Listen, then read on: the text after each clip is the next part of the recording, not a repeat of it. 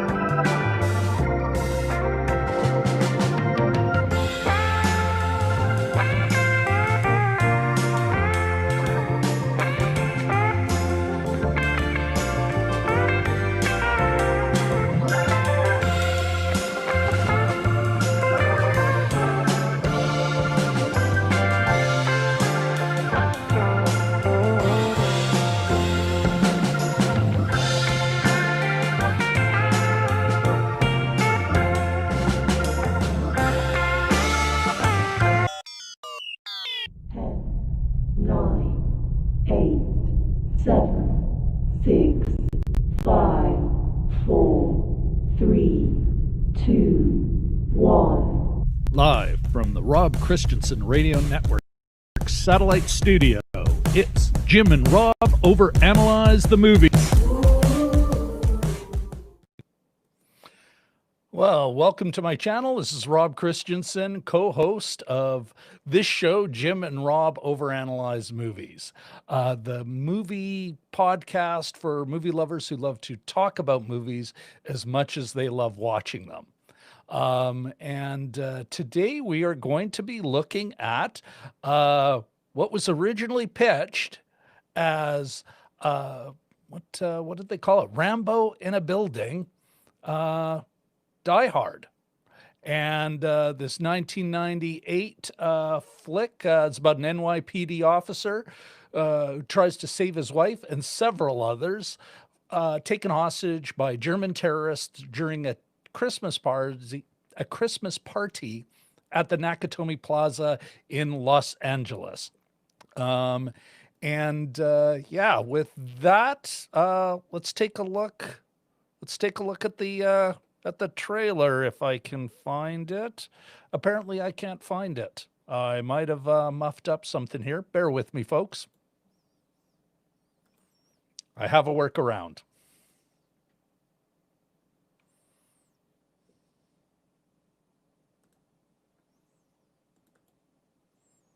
They say this is terrible in radio. Dead air. Welcome to Los Angeles. Have a very Merry Christmas. So your lady live out here? About the past 6 months. Why'd you come with her, man? What's up? 'Cause I'm a New York cop. Can't just pick up and go that easy. John, I missed you.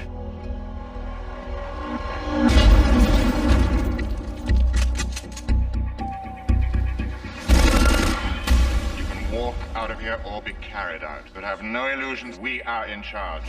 Think, damn it, think. We've got a fire alarm. I thought I told all of you I want radio silence.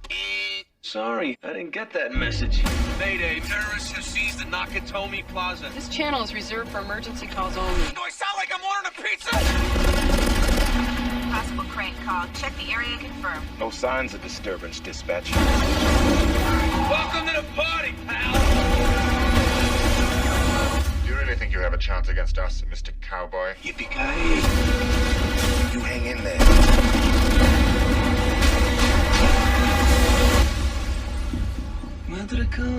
get together, have a few laughs. Wow.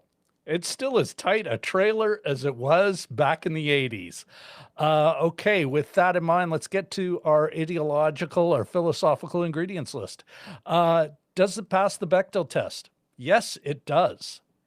Does it earn a reframe stamp? It's from 1988. Good Lord, no.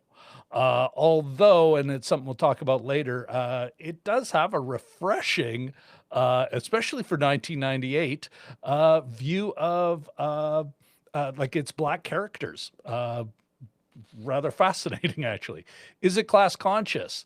Notwithstanding what I just said, no. Any class analysis to speak of? No. And now with that out of the way, I would like to bring in my co-host with the most, Mr. Oh, wait. Got to cue this stuff up properly, folks. I think I need like a producer, which is really just a backhanded plug for people should hire me for a producer. Then they'd avoid this nonsense. Anyway, where was I? Oh, right, Jim. Let's give a big warm welcome to Mr. Jim Chaboyko. Give myself. Listen, you're getting a great stock. There you go. You're getting an awesome stock of Hallelujah there. Jim, how are you doing? Great. Excellent. Yeah, looking forward to this. I finished it. I watched this until the wee hours yesterday morning, and yeah. Well, listen, Jim, before we kind of get into it, we got some folks in the chat already. Let's bring them up. Let's say hello. Let's give them all a wave. Richard and Katie, who are diehard fans of the show. Witty wordplay here. Okay, what do we got? Katie Fowler. Yippee-ki-yay, MFs. R&K are in the house. Yes. Okay. Oh, Shashank from across the planet. Chennai, India, representing. Great to see Shashank.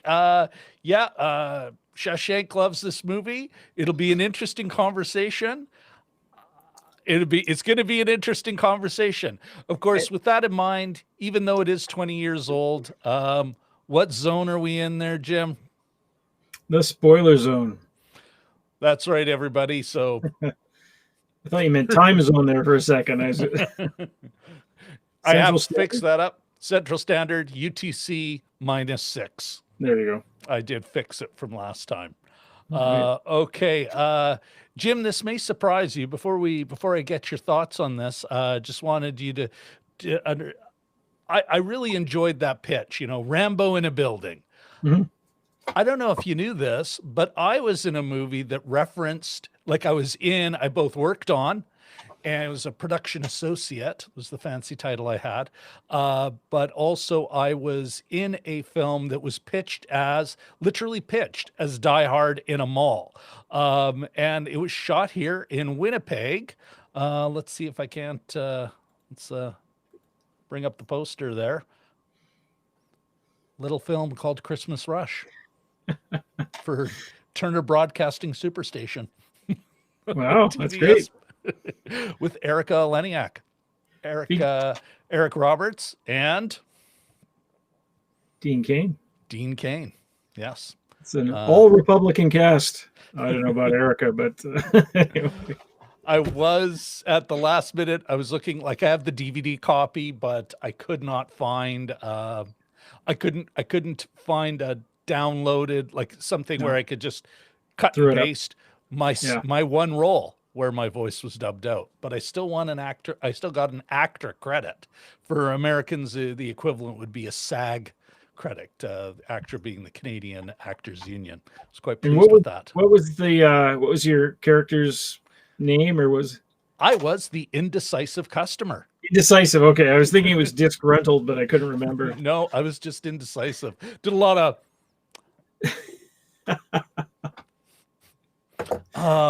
I might even look almost identical. I was as fat. I was dressed better. And this is about the most European a look I could have pulled out of my at the last minute. So this is what we got. I'll go get a scarf later. Yeah, Jim. Okay, let's before and for everyone, feel free to comment in the chat. We're going to talk about the movie much like we always do, but one of the questions we're asking is, does it hold up? And so, Jim, you don't need to answer that question now, but what were your first thoughts in rewatching this film? Well, my first thoughts were nothing lasts forever, Rob. No, I'm just kidding. That was the name of the book on which it's based. Do you mean Roderick Thorp's Nothing this Lasts? book? Oh, yes. It even looks like a 1970s, like something you'd buy. Look at that chiseled jaw. And I was just looking at the cast of characters. The Al Powell character is 22-year-old rookie police guy, and I think the bad guy's name is Gruber. Some of the names are similar, and some of them change. I think it's Gennaro, but I think her name's Stephanie. But in any case, this was. It's funny because it had been a while. This is such a ubiquitous movie. It's on all the time that it's one of those ones that's easy to see. You can just flip the channels, and it's on TV. So I rarely watch the whole thing. I usually catch it somewhere in the middle and maybe watch it to the end or what have you. So I had totally forgotten about the part on the plane with him and the guy with his advice, make fists with your feet and that kind of thing. And that whole first section, I had completely forgotten. But yeah, it moves very quickly, and the pacing is really interesting, and in that it does it well. You're still and finding it goes out over 2 hours. Oh yeah, but it's 30 minutes left when you find out that Al Powell was on desk duty because he shot a kid. And that's kind of interesting that they introduce that information so late in the movie. It doesn't detract from it. It's probably one of the rules in the don't do this book of screenplay writing, but it still works. And there's just a lot going on. It's pretty crazy violent. I remember being super impressed with it in the movie theater. And oh, really? This was a new kind of movie. Remember, because we had gone from all the indestructible men of the 80s, and well, maybe not Rambo, but this was he was a little bit more vulnerable. And he was an everyman. Yeah. I mean, you can say that cop. Indiana Jones. Sorry.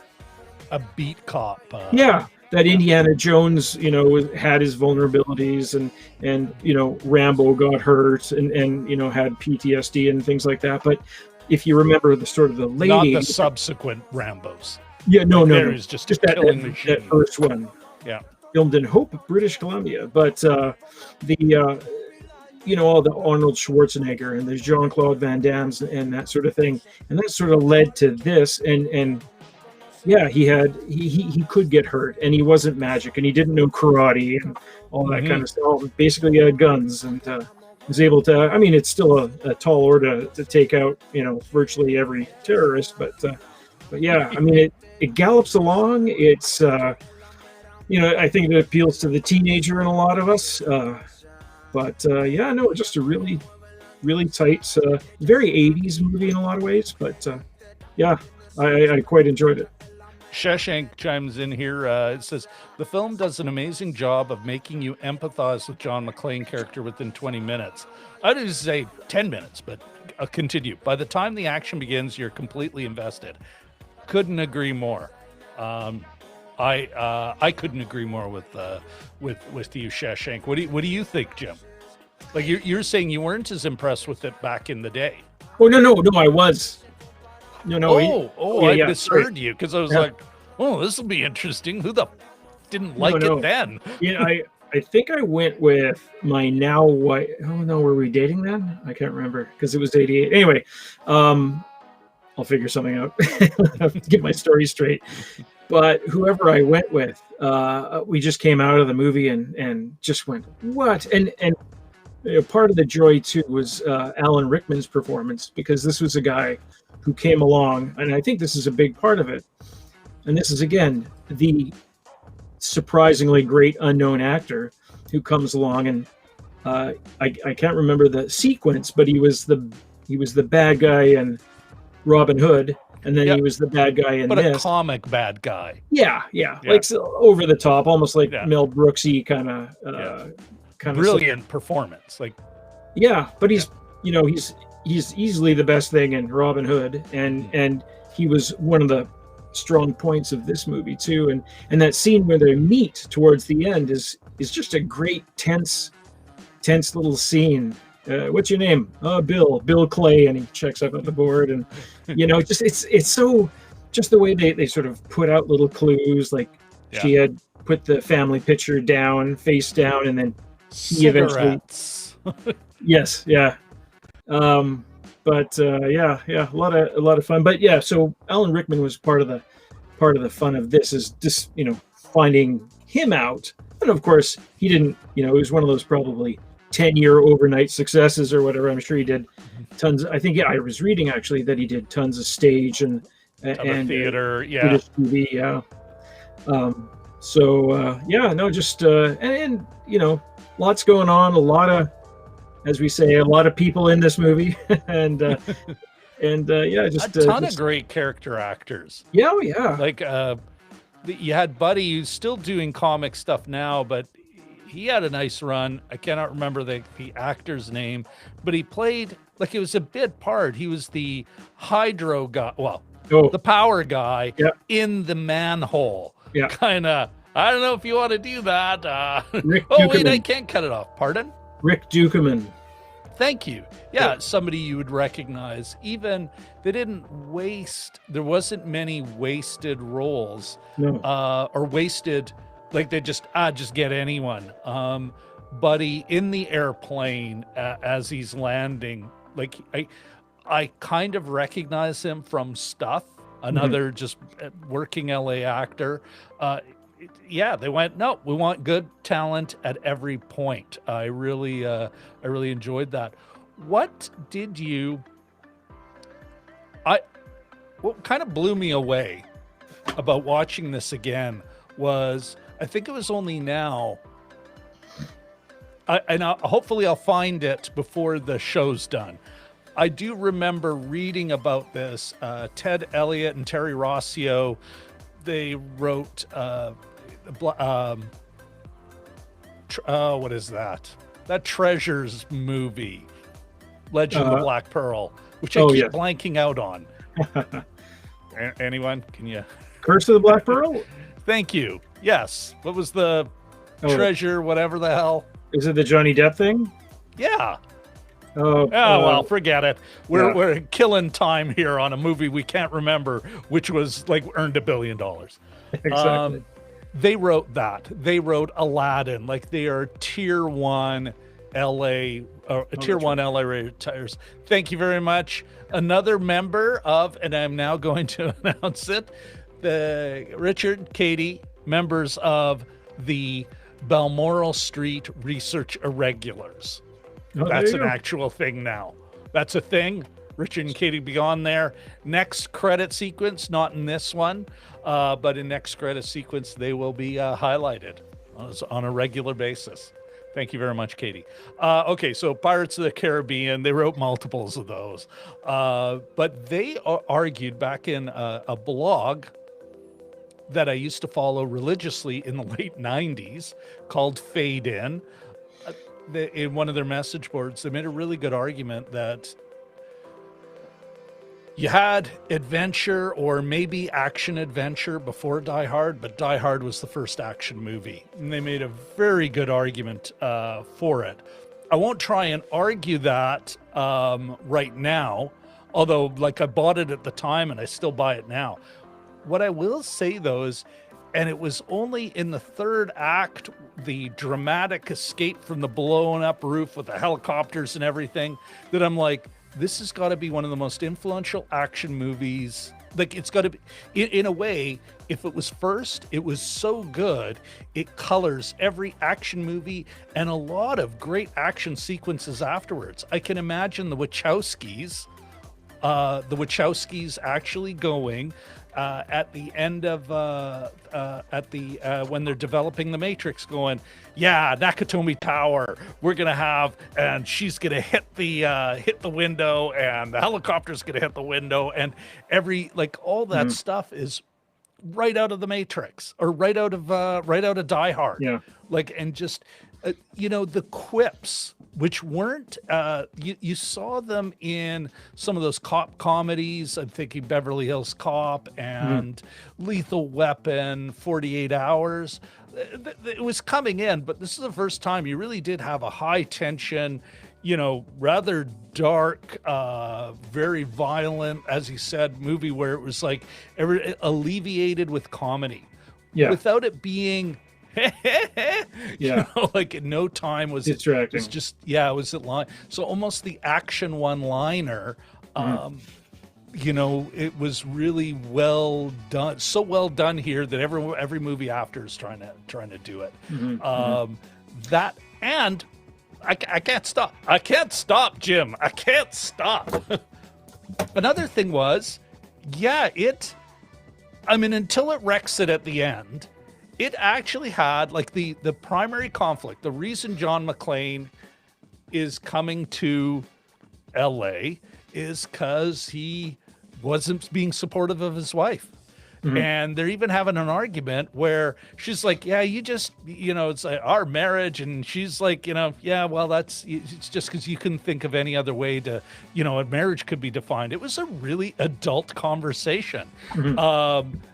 Bonnie Bedelia's character, only again at the end, but up to that point, she's not presented as a, like feminist harridan or it really was. It's his character as the gruff cop can still kind of gone, a good job turned into a career. Good job turned into a great career. So there's some of the self-awareness, which I thought was great. And I don't remember that, even though to acknowledge that something that was already happening in our culture well underway, but to acknowledge it in that way was really impressive. And there's 4 black characters in this movie. Everyone has the 4, their characters. They have characterization. Even the Argyle character set up well is not, it's so close to being, Jav Turkey, he's not offensive. I'm not saying he's like a perfect representation, but they had representations of black characters that were all each different. That was wow. I'm not sure you can see that. Could you? It would be difficult to find in a movie like this today that there'd be 4 good, bad, middle, comic but comic without being offensive. That was kind of remarkable.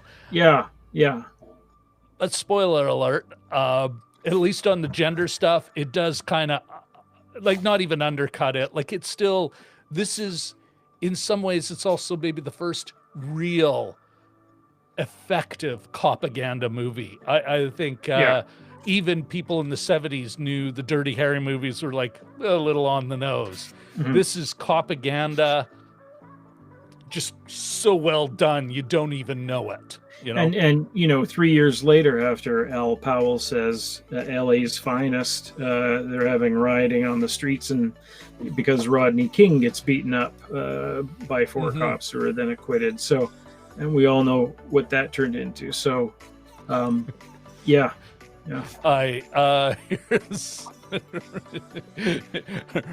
Richard, we're adding BSRI to the end of our names on our resumes. As well, you should. We'll see if we can't do something about her certificate. Okay, Shashank brings a couple of good long form comments. Okay, this would probably be my favorite action film: Raiders, Terminator 2, and Die Hard.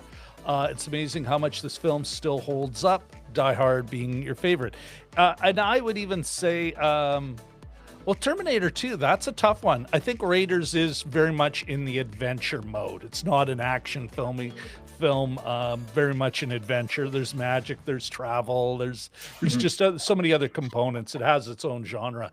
But Terminator 2, I'd be interested to hear what everyone thinks. Yeah, I could say it's very tight, very short. It's sci-fi action, but yeah, I think it would qualify, based on my pulled out of my ass definition. I really got to find that Rossio Elliott article. He continues, okay, my favorite aspect of the film would be seeing how the relationship between L. Powell and McClane develops. Yeah, I'd agree. They don't meet each other until the end of the film. That is some great writing there. Yeah, yes, really well done.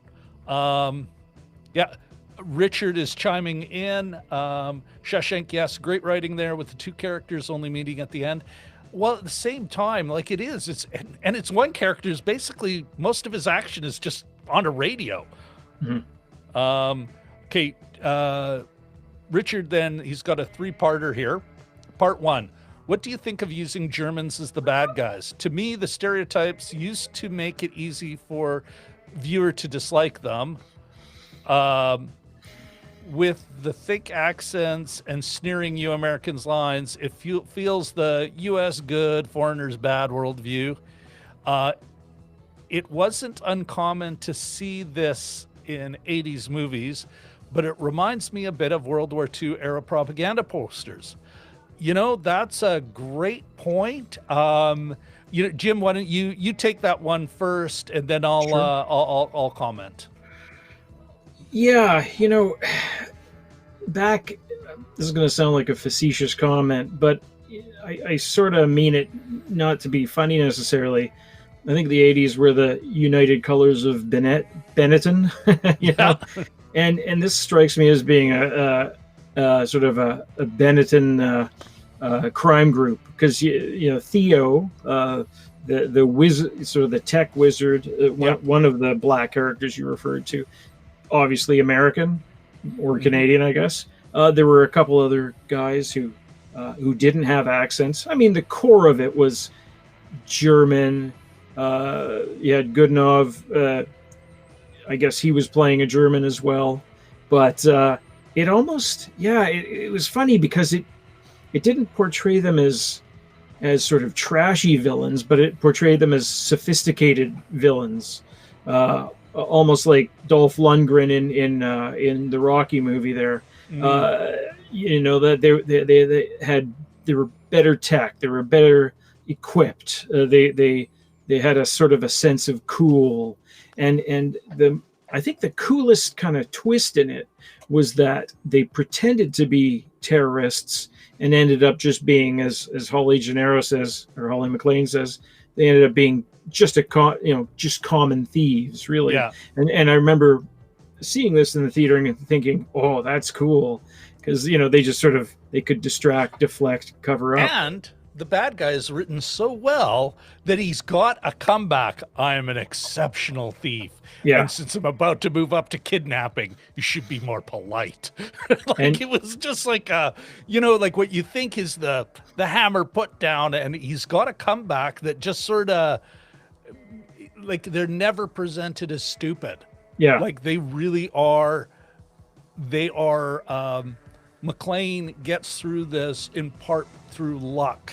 Like, it's not all he's not the competent man. It's in a way, if you watch the whole movie from Gruber's point of view, it'd be how a great plan goes awry just through a series of just bad luck.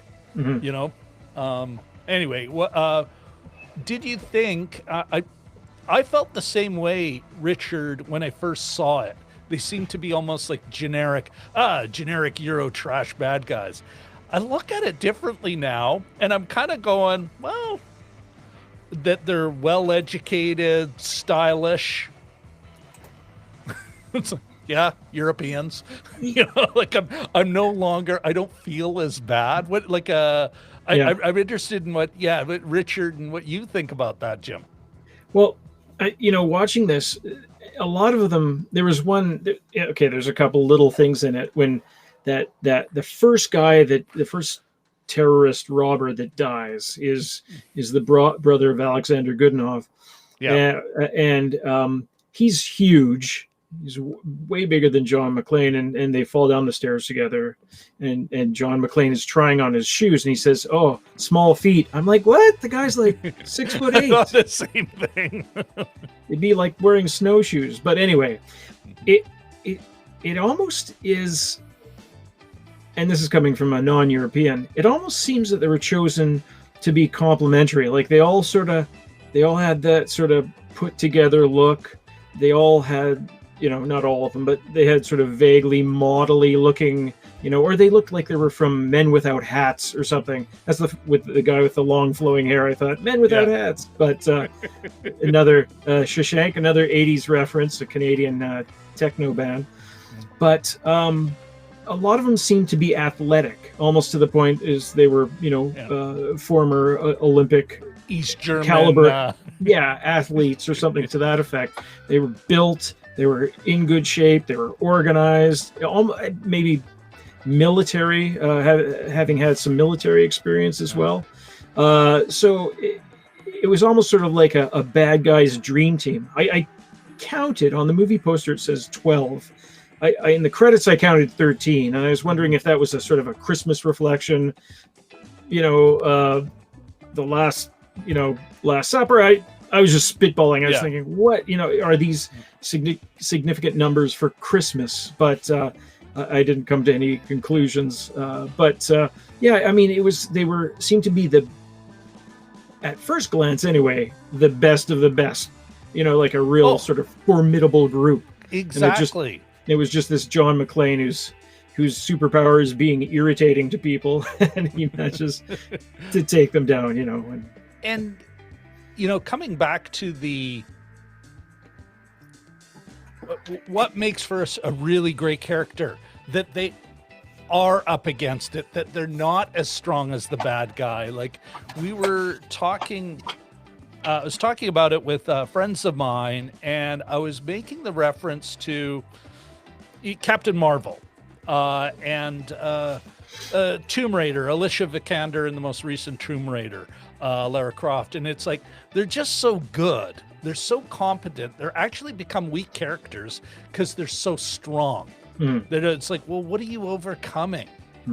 Where's the what do you I am never really worried about either character. I'm just not worried about, and they don't seem to have to overcome much, whereas McClane has to, and I'm trying to think, you know what? And it's probably one of the weaknesses of a lot of the Jack Reacher movies. Kind of a maybe fun little popcorn thing, but yeah, Jack Reacher is the competent man, which doesn't actually make him that dynamic a character. He's very much a male fantasy, but he's not. He's not that. Listen, I'm going to go back to the comments for a second here. So Shashank comes in. Most of the great villains that I like end up being psychos or crazy men. However, this film just had plain evil. Alan Rickman's performance is so good here. I'm not sure if he's evil. I thought it was like one of the best parts was that he was greedy Shashank. Like it was more, maybe not pure evil, much as venal, like so human in his, I want the money. I don't care, I'd be interested in like what makes him pure evil to you, Shashank. I'd like to understand that more. And then who do we got? Jim, you got any comments on that? We're actually everybody's active in the chat, Jim. I don't think Shashank's. I would sort of say that he's a combination of both venal and evil. I mean, I sort of wasn't Oh, entirely. a bastard. I wasn't entirely clear on the end whether or not they planned to blow up all the hostages. It seemed that was the way, but I think that's exactly what was their whole plan. Blow them okay, all so up. that's pretty evil. But the other thing too is they dispatched the boss. The actor's name is James Shigeta, so I was. Is it Mr. Nakatomi? It is named after him, right? Yeah. So they dispatched him pretty easily and quickly, and they killed Hart Bochner, another Canadian. Mm-hmm. Oh, really? Yeah. Booby Hans. Oh, yeah. Booby. They killed Ellis. Douchebag. They killed him pretty quickly and without reflection. Yeah. So I'd say he's pretty evil. Okay. Sort of, but I mean, his motivation is not just to sow chaos, but it's just, kind of, he says he wants to be on a beach somewhere. I can't remember what the full line is, sipping earning whatever. 20%. Yeah, it was earning the 20%. 80s when Prime in Canada broke 20%. Yeah. Persistently and regularly. I don't know if it was that high that late in the decade, but it got pretty freaking high. Okay, back to comments here. So Ahmed Jelly Duck. All right, my friend, Jelly Duck says Die Hard is definitely a Christmas movie. You know what, Jelly Duck, you're absolutely right. Not only is it a Christmas movie, it was one of the conditions Roderick Thorp had for the development of the movie, that it had to stay. It had to stay as be set at Christmas. That was important to the writer of the book, which I find absolutely fascinating. And then Shashank and Jelly Duck chatting with each other. Awesome. Okay. All right. Shashank comes. What makes us root for the character so much more is that he ends up saving the day, but he doesn't want to be in the situation. Well, yeah, he absolutely Shashank. That's what makes him vulnerable. I think it's not. Yeah, he doesn't go for it. He finds himself, which seems to be part of the action genre. That it's the surprise on a regular schmo finds himself in a terrible situation. And then Ahmed, Alan Rickman, really good villain from Harry Potter. Yeah, he made a nice little run of being villains, but also being great guys. He was in Pride and Prejudice, memory serves, or was it Sense and Sensibility? Oh, I always get them mixed up. I'm pretty sure Pride and Prejudice, but perhaps the Balmoral Street Research Irregulars can help us out with that one. Going back to Shashank's comment, what he's talking about the vulnerability and what makes the character vulnerable in his eyes. What did you think? What do you think made the character? What makes John McClane vulnerable in your eyes, Jim? Well, physically, obviously, there's a lot paid to how he gets his ass kicked regularly. Oh yeah, how he's dressed and how literally physically vulnerable he is without shoes. His white undershirt, as soon as he gets into the shafts there, turns pretty black pretty immediately. But so he's pretty unprepared, even on a visual level. In terms of being vulnerable, I don't know. I think it's almost like a call to arms. Like there's a couple shots of him when basically the shit goes down, excuse my language, but where they show him sort of like with a gun, watching from the doorway and wondering what his next move is. And I think he's from there on, there's no question that he's going to try to, the act turn. Yeah. He's going to get involved and see if he can put an end to this nonsense. But and then he starts creeping around the back ways of the building. What makes him vulnerable? I think just with the situation with his marriage, of course. Does he want to be there? It's funny that the scene that you have right behind you of him crawling through the vents. Come to the coast. Yeah, and that's a thing, right?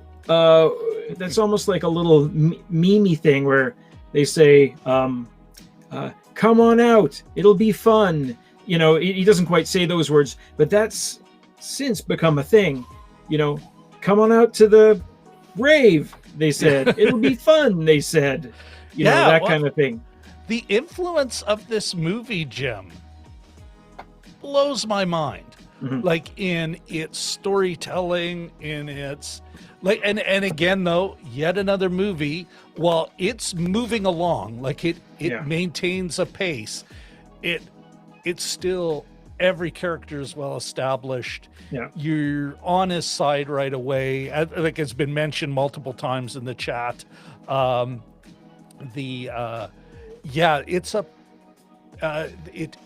It establishes everyone as real people with their shtick without it being, no time did I mean, maybe a couple of the bad guys, but even, I go back to it's at times like we would call now progressive portrayal. There's Buddy, long hair, very regular Asian villain. Oh, yeah. Hashtag Asian villain. At the same time, he doesn't, I don't think once he brought out nunchucks or like that bad guy was just a great bad guy with a look. Yeah. They didn't use him with, I'll throw down my gun and use, it's like, no. And he died just gunplay, like it. Yeah. But Nakatomi, he wasn't a stereotype. Like, I mean, heck, even in his bio, it's like, you're a child of immigrants, interned in the 40s. Like, it really was like kind of aware, and he wasn't a stereotype. And even like there's sexual harassment at the beginning of the film, but it isn't him. Like, I mean, biggest crime Nakatomi committed was, hiring, I'm going to call her Gennaro. And I'll get into that in a sec, but hiring Bonnie Bedelia's character, trusting her to help run the company, and then, unlike most employers, actually gone, all right, I'm that guy, enough, leave my people alone. I'll, and even though he's going to die right away, he's not dying in a stereotype. Like it is. Which is what makes the ending in some ways so kills everything as far as at least that track. It's what makes it propaganda. But, Are you talking about the very end on the stairs? There's a few key ending moments, like in that, the last third of the last act, but... Here's something Richard says. A funny part of the movie was comical incompetence of the police and FBI, except for Willis and Val Johnson, added to the everyman feel of the witness. You're absolutely right, Richard. And I would say this is part of the propaganda. The regular guy on the street, the guy who doesn't follow any rules, because that is established clearly that he's arresting no one. His captains talk to him about it. The suits don't know how to take down perps. And it's the guy on the street's instincts. Even though established that one of the guy on the street's instincts led to shooting a child. Yes. Yeah, that's true. Which was like, I mean, it's nope, these are good. And heck, that character's arc is completed. He's known to have grown when he can shoot a man again. Finally, I can kill a man again. I can pull my gun.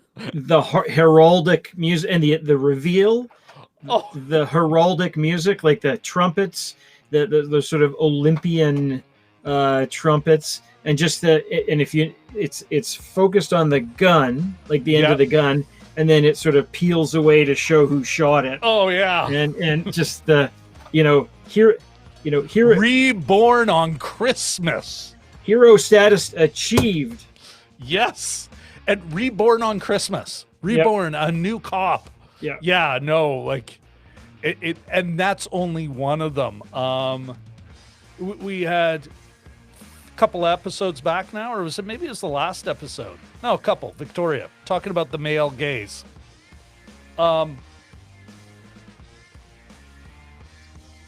They didn't really rely on it a lot, but here's a trope. Well, it's not so much a trope as a. It's not really part of the storytelling. Yeah, it's part of the male gaze.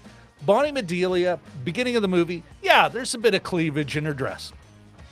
Totally, and I wouldn't say that's part of the male gaze. Like it's you could see somebody go to work dressed like that. I'd buy it. But at the end of the film, when she's now being kidnapped, you're actually seeing her bra. There's more cleavage. And I'm like, no woman. I've seen women do this just because they're uncomfortable. Yeah. Like, fuck off. And mind you, because it's used so little, it seems to be kind of an eye poker. Yeah. And this I didn't notice it the first time of the film, but it goes to how well written it is and how awful it is at the same time. What saves her life at the end is John McClane taking off the watch that she was gifted by her employer, the Rolex. It's a Rolex. Taking that off so that falls with the bad guy. And then she refers to herself as Holly McClane, not Holly Gennaro. And it was like kind of, it's like, oh, you had something there, and it's right at the end. It's like, nope. John McClane, he does have a moment with his buddy of being emotional, sharing the fact that he wasn't supportive enough of his wife. Yeah. We don't see him do that with her. No. Because it's all taken care of now. She's going to go back to New York like a good little woman. It's, and that I think, and is that what happens in number 2? Fascinating. Number 2, I want to say they ended up in Washington, so they're still together. They do end up getting divorced. It's almost like they realize it's like, we kind of John McClane riding that high can't have a wife. He's a bad husband. Yeah. Well, he's also girl hungry, like girl crazy. Like you can see him. He's checking out. Like there's a Playboy centerfold at one part. There's a like, if he isn't actively doing it, he's aware of it. The girl in the airport runs by him, and he watches the couple embrace, and he goes, California. I think it was more like the flirt that he got in the stewardess, the stewardess flirty look, where he was like kind of. But I don't know. I don't think he was girl hungry. You know what? I think any human I don't know. being, They establish it. It's significant that he checks out women several times during this movie. No, he checks them out twice, and one is more the woman checking him out. Yeah, that's it. It's twice. We've named the moments. Unless, looking at the Balmoral Street Research Irregulars, I think we've seen the 2. In the first one, he actually judges it as decadent California. Checks it out, and like any other self-righteous jerk, California. But the flirt, such that it was, I'm not buying that, Jim. There's 2 moments. I think that's more the filmmakers going, we got to show some ass. 2 moments, but he sees the centerfold twice. He runs by it. He looks at it. He goes, hey. And then the second time he goes by it and he taps it. Like literally with his hand. Does he? And you don't, everything's shorthand in the movie. Every little gesture is significant. Yeah, he actually. Wait, does he? Like, touches the woman? Yeah. Oh, my goodness. Gonna have to rewind. Now, that part. Like, that might have been a directional thing. I mean, this is such a small point anyway, but it might have been a directional thing to show you where they were in the building, to put something up to make it distinctive. But he walks by it and he sort of, I don't know if he's hitting it for good luck or what, but you're talking about the like, because there's the girl in the airport, And then there's you're talking about the Snap-on, I just remember Snap-on tools calendars from the 80s. And I think, who knows, maybe they still make them. Who the hell uses a calendar? But very much sun pinup girl. She's on the wall. Okay, all right. So it's like, tap a woman. So he walks by and he sort of taps it for good luck or whatever. I think that's more about I don't think he's girl hungry. I think that's part of the masculine ideal that they're presenting to us. Yeah, he wasn't. How did he get divorced? Because he was cheating on her? No, because he wasn't supporting her. He's going to visit. Yeah, I think you're wrong on that, Jim. I disagree. He's a cop. He's a type A personality cop in his 30s, and his wife is no longer in the picture. He's been separated from his wife for 6 months. So maybe he's got but that doesn't mean he's a wanderer. Yeah, but he's I think coming to L.A. I think he's sort of, maybe not necessarily a total dog, but he's sort of his radar is out. Yeah, because he's been separated and may be getting a divorce from his wife. But you know what? We're going to get stuck on this, which is ridiculous. All right, let's again, I still are we criticizing? I don't think actually whether we're right or wrong, whoever's right or wrong on this got nothing to do with my point about how the film is treating Bonnie Bedelia's character. Yeah. He doesn't grow. He makes no change. He never says to her, "I'm sorry, I should have been more supportive of you." It's like it's all wiped away because the man, took care of business. And all her maiden name stuff is just sort of a phase she's going through, it seems, in retrospect, which is, that is a shame. Yeah. It's what he wanted. The Argyle character pointed out that didn't work out. And then all of a sudden he got what he wanted anyway. It's one of those shitty endings in a way because pulls the rug out from under you. They have established something. They could add a moment with more meaning, or even all right, let's take you home. That she's like, and she punches the media guy, and it's all very I'm Mrs. McLean, and it's like that. I thought really kind of it leaves a bad taste, not a super bad taste, but it's like kind of it's still 1988. Okay, we got some chats here as we got into our argument about how much of a dog John McClane is, this fictional character. Okay, Richard. Lone smart cop versus police establishment incompetence was a common theme in the movies starting in the 70s, especially Dirty Harry. Yeah, absolutely. The regular guy on the beat was, no, you're right. Because what was happening? Police departments are getting under pressure about their behavior. And where does that pressure come from? Management. Yeah. No, that's we'll also check out that even the 911 operators are, there's shots fired and they're literally like let's send a car. They were pretty incompetent on their end too. So. Yeah. Okay, Shashank. Each and every character has an emotional payoff. Yes, absolutely right. Felt a similar way with a very different film, Pulp Fiction, where what characters say they have a payoff, and every character arc has a payoff. Even if it's a down, there's a payoff to Gruber. Crime don't pay. And then he's typewriter. Not quite following that. That was a few minutes back. You'll have to explain. Yeah. I'm going to leave it up there. So was there? You were talking about the last third of the last act. Was there any other things that sort of? There was the watch, the gun, the watch, Al Powell, even the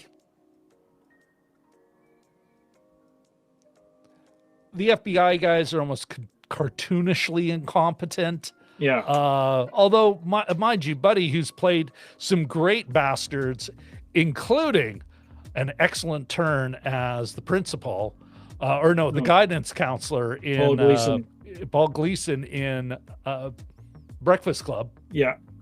I would say though those are the key moments. Even Hans Gruber, he's just been choked, or not Hans Gruber. Godunov's character, the older brother, mein Bruder. Where did he get the gun? Like, you just had a building fall on you. You were choking in a chain. And then it's like, and he's coming out of a body bag. So they literally went, okay, let's go through the rubble. And, well, I guess the gun's attached to him. But I mean, that's more of a plot hole kind of thing. He had to have a gun. That's what they did on the day. I'm more like, I think those are the two key moments where he's talking about when he shot a kid. Because he, that typical rationalization, the usual public rationalization for that kind of behavior.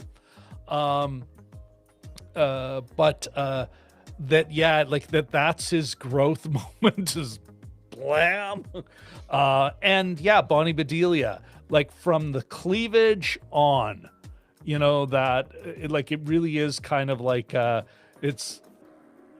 she was, I don't think she was still a strong character. I just don't like the way it turned out, because it was like, especially when it kind of had some neat stuff going on in the first act. Yeah. Nope, don't worry. Again, it really was like, in some ways you could just kind of say, wow, this is the ne plus ultra of pro police taking care of business, pro right-wing police propaganda. Yeah. I don't think anyone's made anything as good since. Mm-hmm. Like, it really is effective. Oh yeah.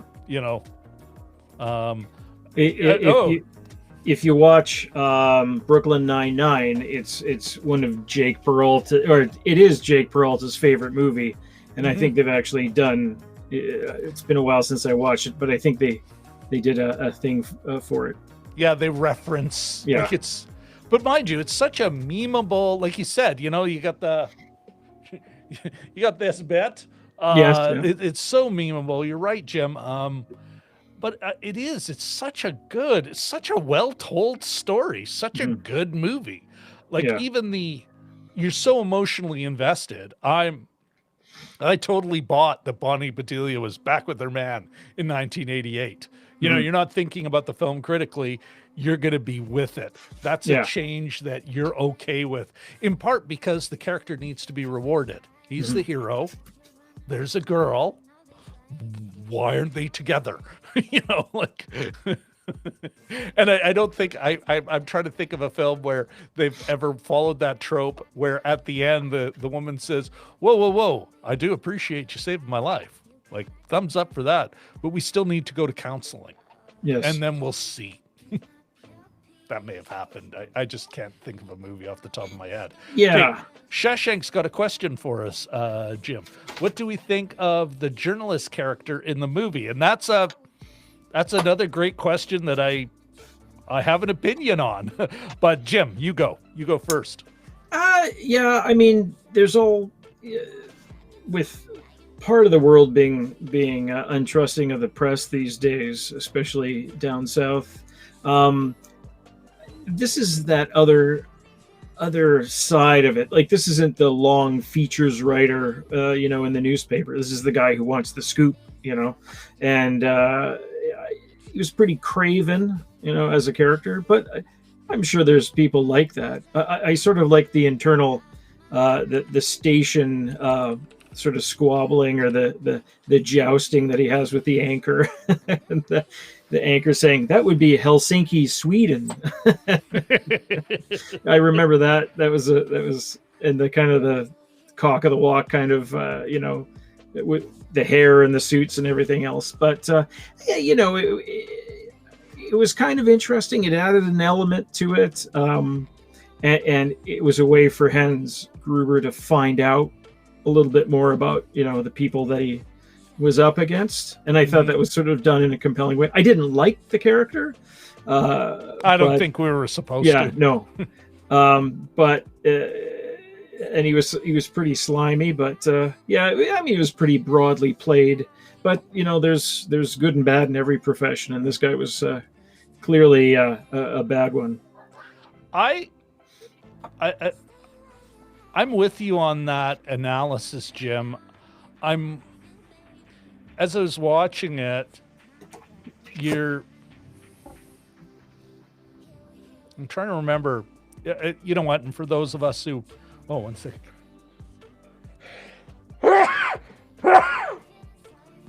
Oh, excuse me. Danke. Danke schon. We're definitely not supposed to like him. He's he comes across as a stereotype. He's definitely broadly played, but because they don't use him too much, it's okay. It kind of adds. They bring him in when they need to. He's not a main character, and Buddy, who played it, another great American character actor, knew what he was doing. It's like, oh, okay, this is what you need. Because when is he brought in? This is to amp up the pressure in a way on the police, but he's also the guy that helps make it harder on John McClane. But he's there, and all of a sudden you get the great jokes about being butt effed on national media. The incompetence of the leadership of the LAPD and that. I like when they had. Oh yeah, I was just gonna say it's kind of like a really neat little joke inside the newscast. And keeping in mind it's Christmas Eve, and they're sort of bringing these experts in, and they have the guy who wrote, I think it was called Victim Hostage, Hostage Victim. That was the name of the book, and he had some sort of academic, and he was chatting about and that I found talking about by now the Helsinki syndrome will have kicked in. It's like, they even changed the name. Like I think days or weeks. And it was a political. There's something political going on there. I think, though, again, coming back to Shashank's question here,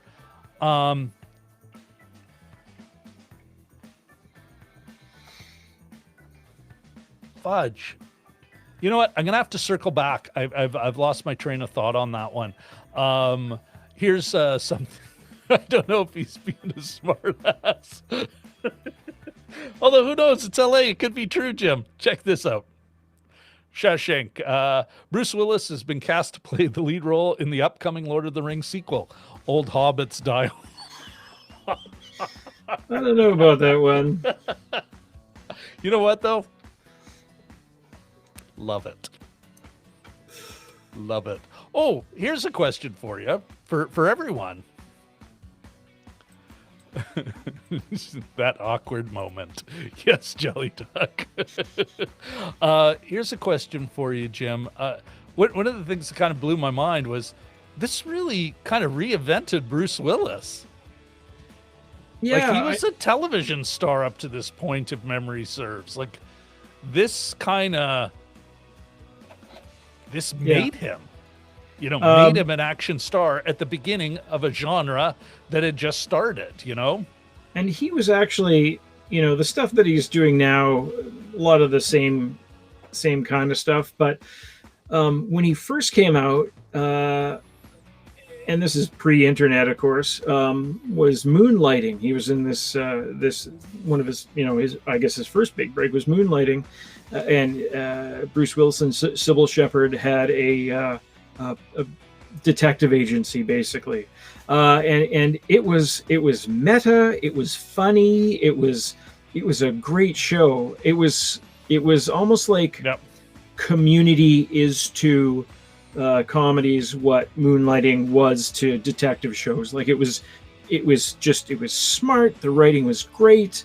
It was catchy, and you were introduced to this Bruce Willis who came across almost like a stand-up comedian or something like that within the role of this this series, and it was great. And it was then that they were trying to find a vehicle for him, I think, and this sort of came out of that, and then he just took right off. But Moonlighting, man, I haven't watched it in a long time, so I don't know if it holds up. But that was a dynamite show when it first came out. It was one of those buzzy shows, almost like Twin Peaks, again, pre-internet, where everyone was talking about it. And it was like a mid-season replacement show. Mm-hmm.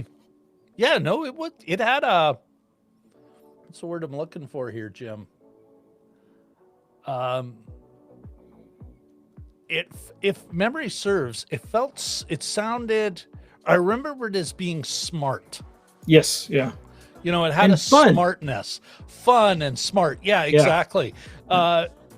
You know what? You had another, and what was fascinating was it sounded like it turned into both leads hated each other. Yeah. And as it played out, Sybil Shepherd was a movie star.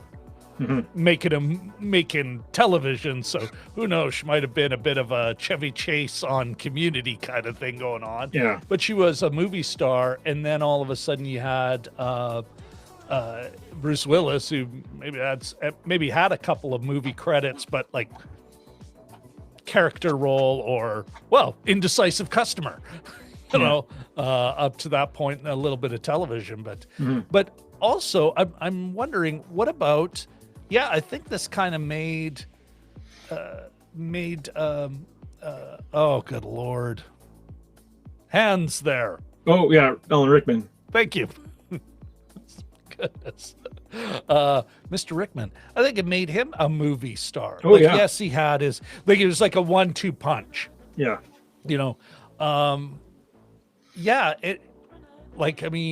Out of this one movie, in part because it was written so strongly, and they were allowed to run with it. Mm-hmm. Written, directed, the whole mix, right? But yeah. I should mention to Jelly Duck, speaking of old hobbits die hard, if you look online, when Elijah Wood hosted Saturday Night Live, they created a sitcom called Hard Hobbit to Break, I think it was called, and basically it was with a laugh track and the whole thing, and for some reason Frodo and Gollum had to get an apartment together, and of course Gollum filled the fridge with fish and things like that. But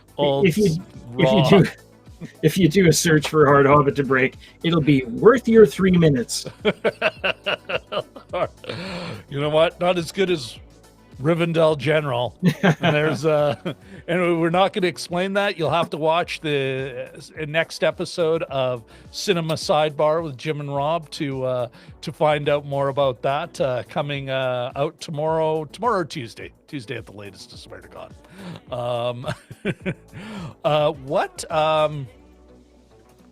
Where am I here? Was there? You know what? Oh, actually, you know what? Before Jim, I can't believe we've blown this off. What are we doing here? As we're nearing kind of a wrap up thing, and going to answer the question if it holds up. Why have I not asked people for a like? Oh yes. Why have I not begged them all for a subscribe? Jim, for the love of God, why have I not asked them to ring that bell, folks?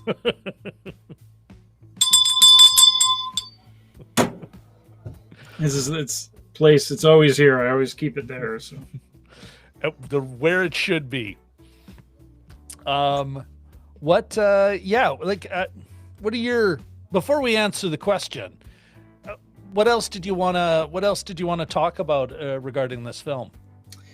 I'm sort of looking at my my list here. I did want to mention kind of a ridiculous point. At some point in the future, somebody's going to do a whole thesis on imagery in 9/11, and of course this predates 9/11. but with sort of buildings on fire and bodies falling and paper.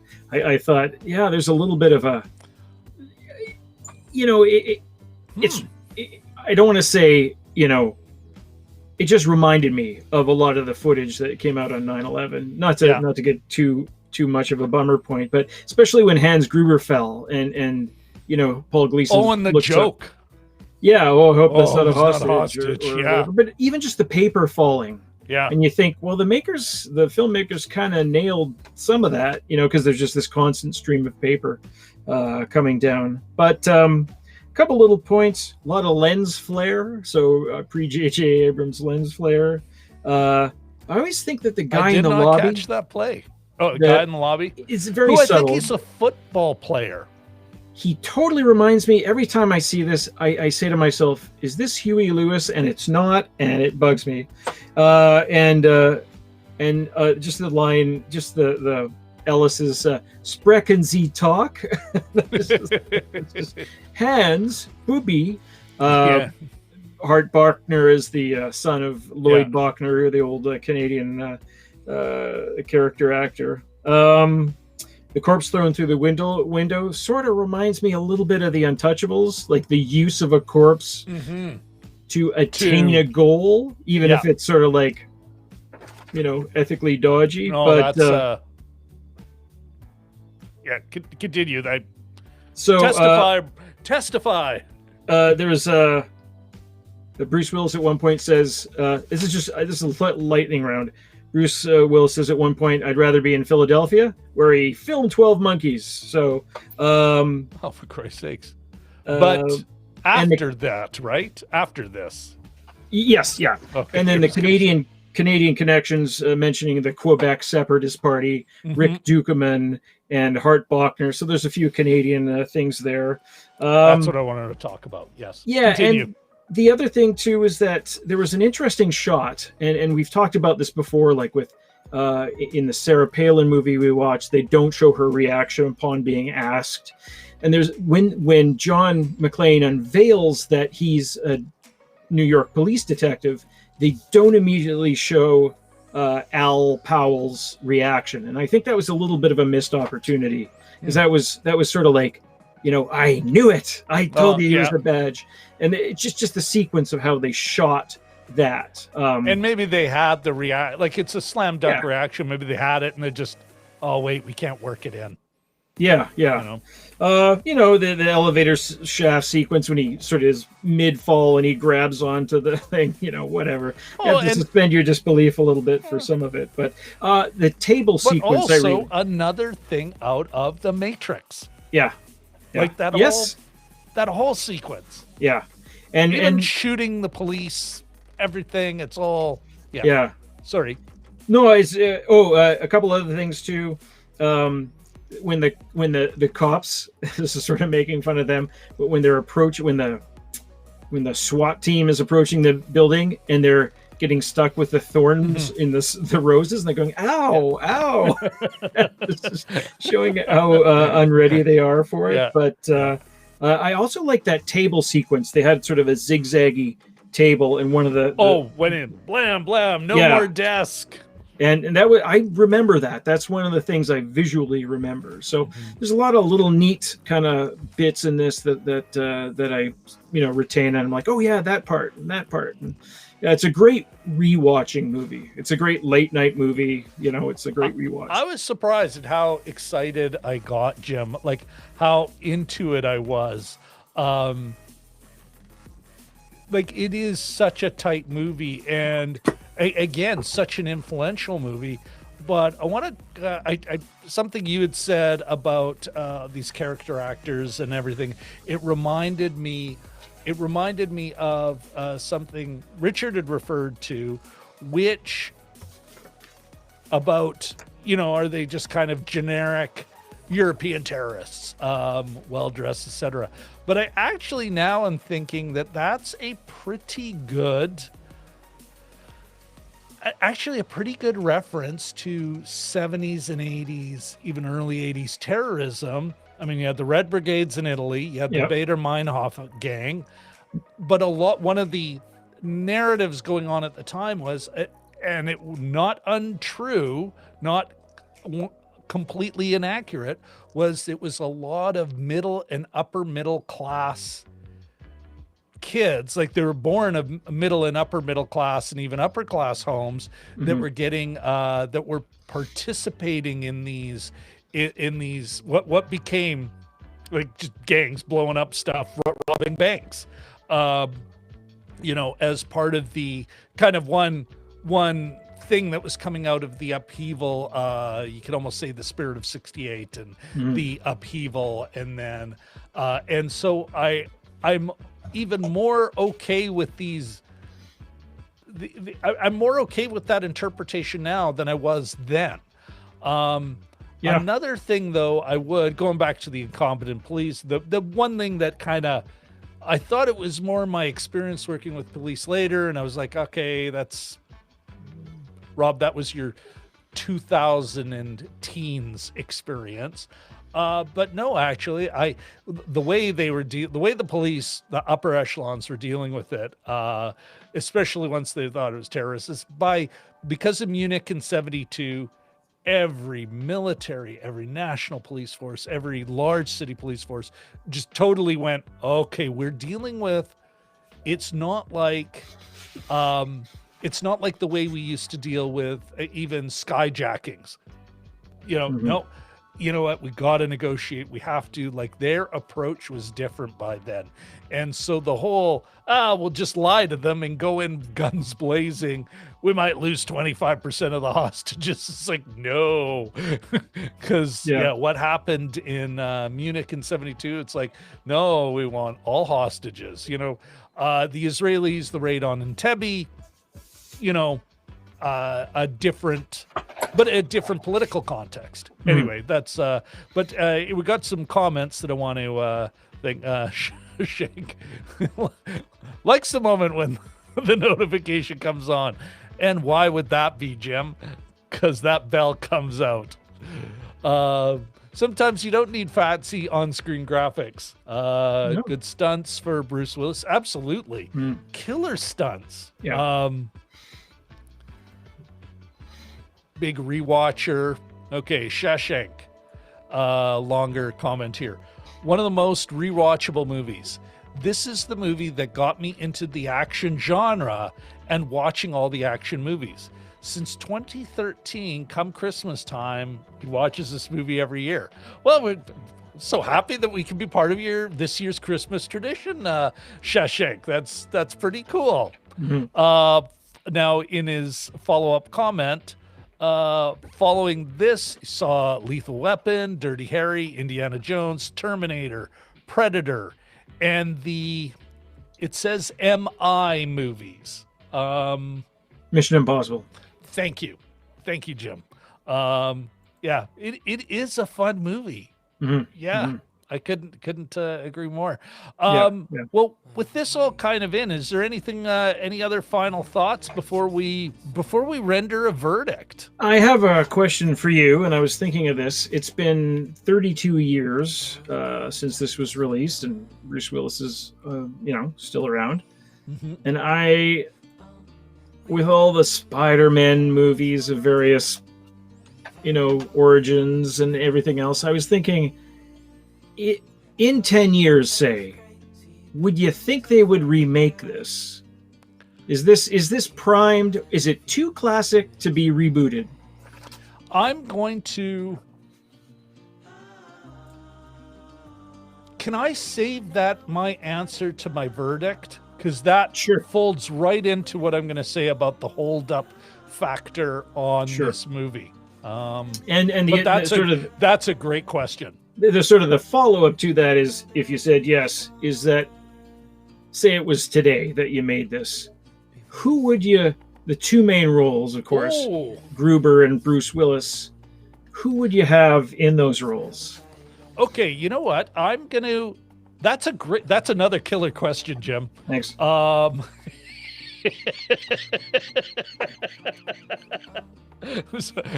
enjoyed that. Thanks. Not including me. I bow out. I've got scheduling conflicts.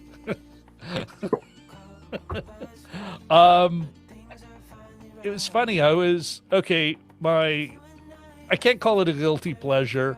But it's one of those shows, Jim, that John Campea show, the John Campea show, that I both watch and at times I find incredibly frustrating and kind of ridiculous. And I'd love to hear your opinion, Shashank and Ahmed. I'm not sure, Katie and Richard, if you follow it as well. But the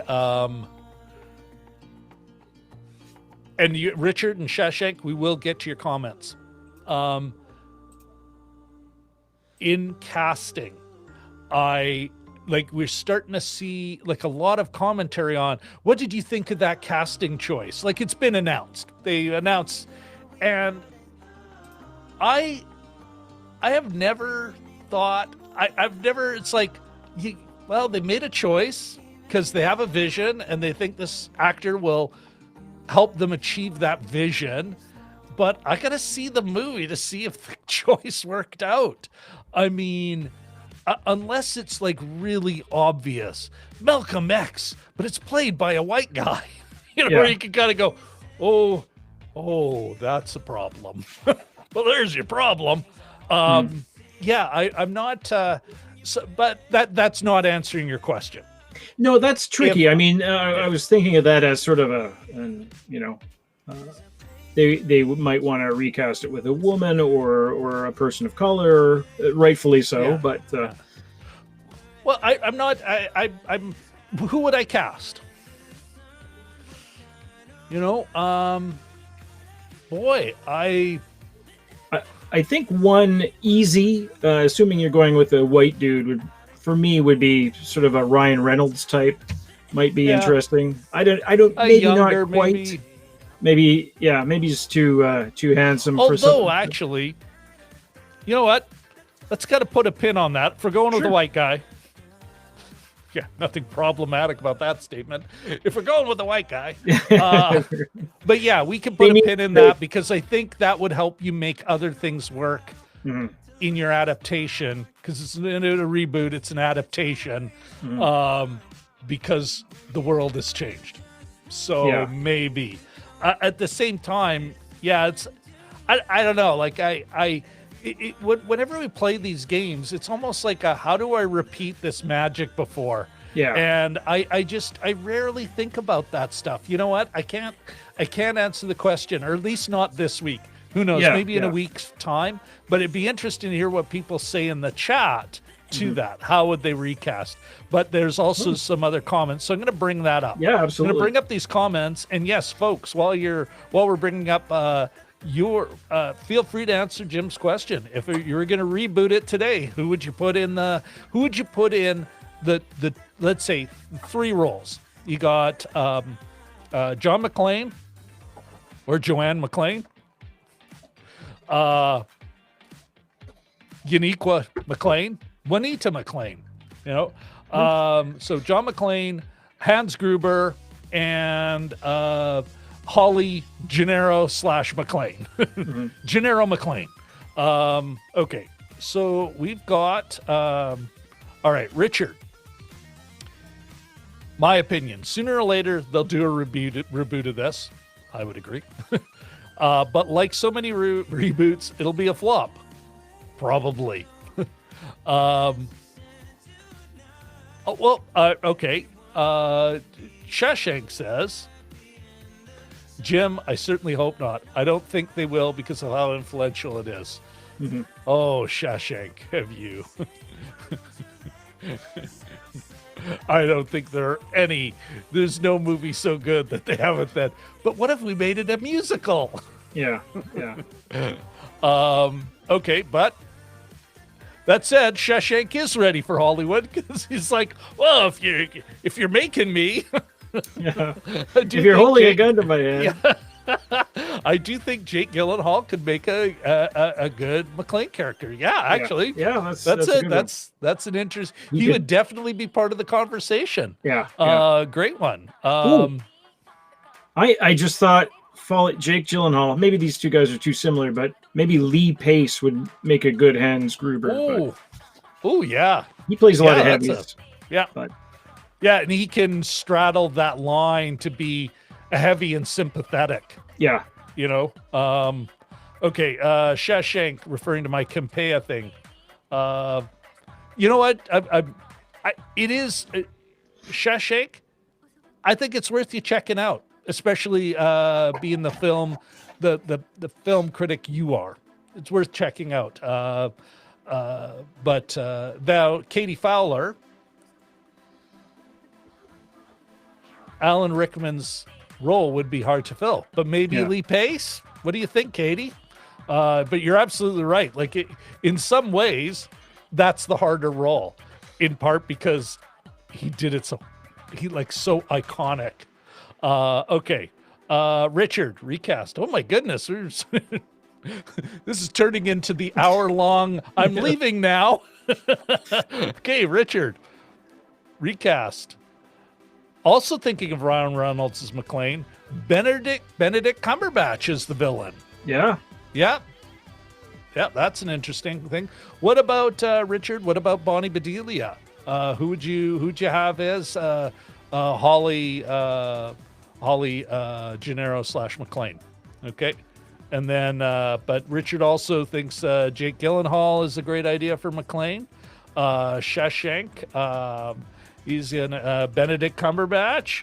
Oh my goodness, everyone in the chat is agreeing with everybody. But it's a kind of a cool game to play. Well, you know what, Jim? I think that the next Does It Hold Up?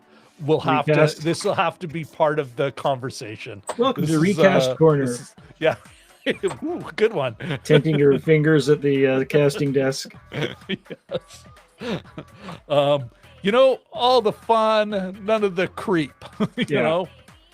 So let's just for equity's sake, maybe let's throw in a couple suggestions. Like Michael B. Jordan could probably carry a film like this, I think. Oh, for sure. As Hans Gruber. And following in the sort of the, as John McClane, like, that's what I meant. Sorry, but and then if you want to sort of go a little bit against type, you think somebody like, and as a nod to his on-screen protector, spoiler alert, maybe like a Daniel Radcliffe type, as that guy can do anything, as Hans Gruber or something like that. And that's kind of a neat riff. Yeah, and he would have fun playing a big dastardly villain too, I think. He's great. Well, this is actually a great hook into my Does It Hold Up?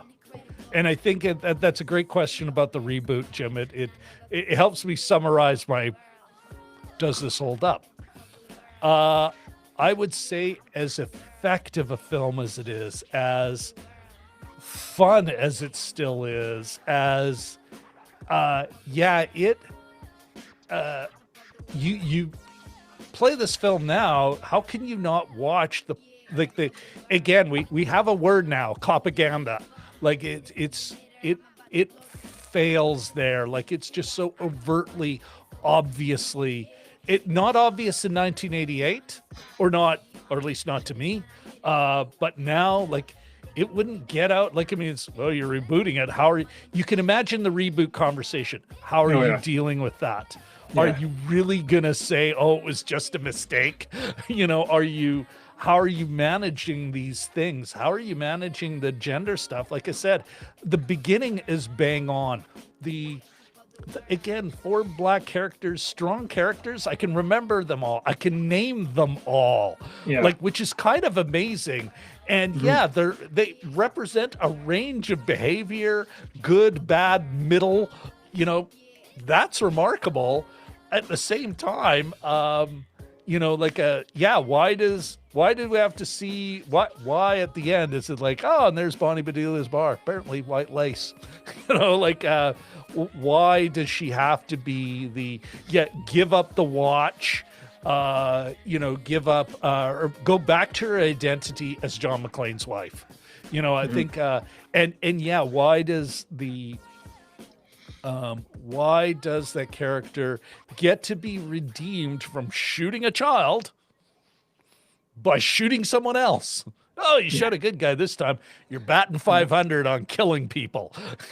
That's like I think it'd be effed up in 1988, but now is just, ugh. Yeah. You know, it would look like so much a North American police apologia, and a kind of on the nose one.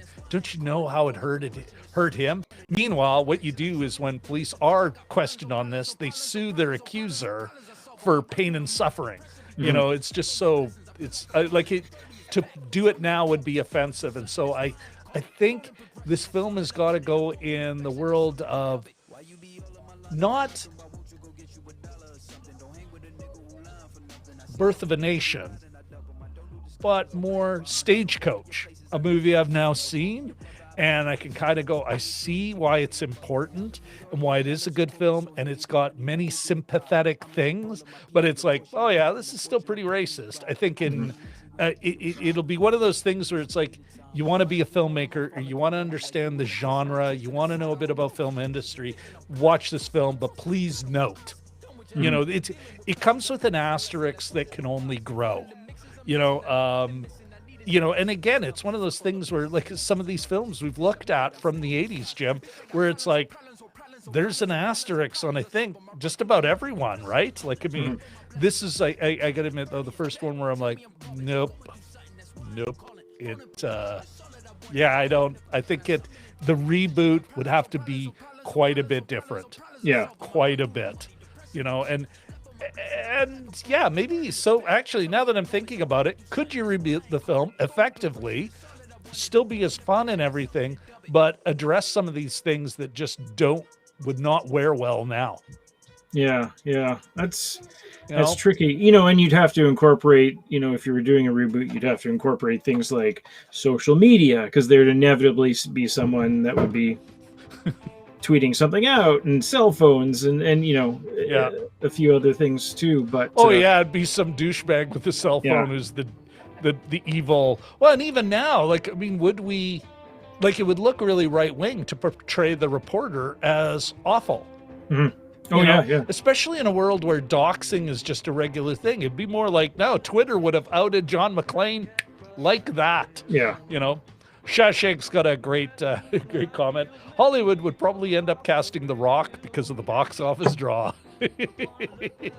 And there we go. I think on that wonderful note, Shawshank's gone over to the other side. Well, no, I think Shawshank's just probably the most realistic person here in this conversation. Kind of going, let's be honest, The Rock. Yeah, everyone. I think you know what. Yeah, it is. This is definitely one of the funnest movies, though. Even though I'd say it doesn't hold up. It's definitely one of the funnest movies we've done today. What do you think, Jim? Oh, yeah. I mean, I think you can compartmentalize. You can say politically doesn't hold up. Entertainment-wise, bing, bang, bong. Just strikes all the right notes. Oh. Keeps you in it. How many times have you seen it? How many times have I seen it? You're still engaged. You know, there's parts still getting more out of it. Yeah, you forget about, and then it, you know, brings you back. It's one of those, you sort of have a mind map of the building. You know where everyone is at all the time. You know that Argyle's still in the basement. You know that John McClane's above. That Al Powell's out there. Yeah. You know, it's all, you know, physically you sort of know where everyone is. Remember Argyle? Yep. So that when he helps save the day, it makes sense. Like, they plant stuff so well. Yeah. So, it's a great movie. Yeah. It's, I mean, as an entertainment, absolutely holds up. As a political statement, maybe not so much. This is Daryl Gates's LA. This is the LA of the Rampart police station. It's 1988. Like I said, it is that, and so let's say you can almost like cut it in half. There's the propaganda, that worldview that says the guy on the street, that's the one who we got to listen to. That's the one who knows through instinct and, you know, all that. I'm just saying horseshit. Not to discount instinct from training and practice and experience, but it's not everything. So there's that. But for 1988, pretty effing good. Yeah. And again, 1988, it at least acknowledged that sometimes police shoot innocent children. Yes. Which, again, looking back, probably actually kind of progressive progressive, let's put air quotes on that, but definitely at least aware, like a movie that's aware enough that it has that, aware enough that the beginning has a great conversation about marriage. Actually, and Bonnie Bedelia delivered it well, when she says, well, that you just didn't want to talk about another way of looking at a marriage. That, like, it felt like a real marital conflict, Yeah. And again, for black characters, none of the closest to a stereotype might be, what's his, the Argyle character. Yeah. This is Devereaux White, I believe, is the character, is the actor's name. And even then, it wasn't like offensive. Even the rap wasn't, because sometimes when they throw on a rap film with a guy, like a guy from the streets, it would be like ear-piercingly shocking, or like it'd just be it'd be offensive to rap singers. Rappers at the time would have, oh, fuck off. Anyway, it has its points, but definitely of its time. Yes. Yeah. Okay. Well, Jim, I think we're at that time. I think we need to talk about what we're talking about next week. What are we doing next week? And it'll be, remember, at a different time. It will be, because we may have a treat for you. We are going to look at a new German offering, another German movie, which might give you a bit of a hint. And it's a Christmas movie. It is called Christmas Crossfire. And, oh, wait, sorry. Its English title is Nothing Lasts Forever. Oh, for crying out loud. I totally screwed this up again. Uh-oh. Well, English lasts forever. That's correct. We can put it up here or here. Yeah, we'll do it in post. I'll make this happen. I can make this happen. I can't believe I didn't get this up. Oh, well. I'm a big screw up. Anyway, yes, we are going to be looking at, here we are. I finally got the poster, Jim. Or, Wir können nicht anders. Little bit of research. This is actually, Jim, this reference to that title references because the director, actually one of his first movies in the early 90s, had, we'll get into it more next week, but it's actually almost like a 40 years later sequel. If the characters are related, like it's within a universe. So. And if we can ask our guests next weekend, maybe we can put a pin in it. Yeah. Ask them about Die Hard. Die Hard's portrayal of German people. Okay, first of all, smart Alec. Jelly Duck. It kind of looks like a book cover. Shawshank, super excited for that one, as are we. And yes, folks, Janosch and Mara from Darmstadt, Deutschland, they're going to be joining us again. They'll have watched the film. It comes out on the 4th on Netflix, and I believe that's worldwide. It is a Netflix original. So I hope you guys get a chance to check it out, and then come back here. We're going to be doing this at 10 a.m. Central Standard Time, UTC -6. So that's 10 a.m. Standard Time. And so think of a Sunday brunch. And for those who are overseas folks, it'd be Sunday evening, which might make it a little easier for you guys to attend, which is kind of awesome. Now here we do have Shawshank has one more comment before we cue the outro. Do you guys like watching serial killer movies? May have a recommendation from India. We want to hear your recommendation. Jim, would you agree? Oh yeah, I believe, you even chimed in. Yeah, I just You sort of did gave him want a to, quick. yeah. I wasn't sure if we'd reached the end of the show yet, No. but Oh, we got one more late guest. Vlad 65. hey, Vlad. He's gonna The watch wave. Mank on the 4th. You know what? Mank is coming out on that same date. We're Jim and I are well into a Christmas movie theme, and I think Mank would be not a total stretch, but a bit of a stretch. But who knows? Think about it for January, maybe. Yeah, maybe for January. But both movies come out on the 4th. Our show isn't until the 6th, so Vlad, check them both out. Watch them on the same time, different screens. Okay. All right, everybody. I think it's time to cue the outro, but I really want to say thank you. Okay, Vlad, thanks for dropping by. Ahmed, Jelly Duck, thank you for dropping by. The Balmoral Street researcher regulars, both Richard and Katie, thanks for coming by. Thanks for bringing your research A game. And Shashank, thank you for making it. Am I forgetting anyone, Jim? As far as the regular visitors and somebody chatters. Speak up at the start. No, I think we got them all. I do believe so. I think we're good. Yeah, we got Richard, Katie, Shashank. Yeah, I hope we've gotten everyone here, and if we haven't, that's I'm a terrible human being. But oh well, Jim, you'll stick around for a bit. Michelle. All right, I'm gonna throw you into the green room now, and let's continue to show off that I have multiple cameras. Only for you, baby.